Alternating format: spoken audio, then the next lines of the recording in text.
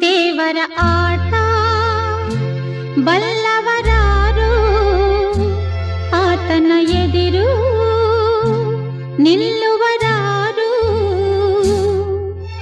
ಕೇಳದೆ ಸುಖವ ತರುವ, ಹೇಳದೆ ದುಃಖವ ಕೊಡುವ, ತನ್ನ ಮನದಂತೆ ಕುಣಿಸಿ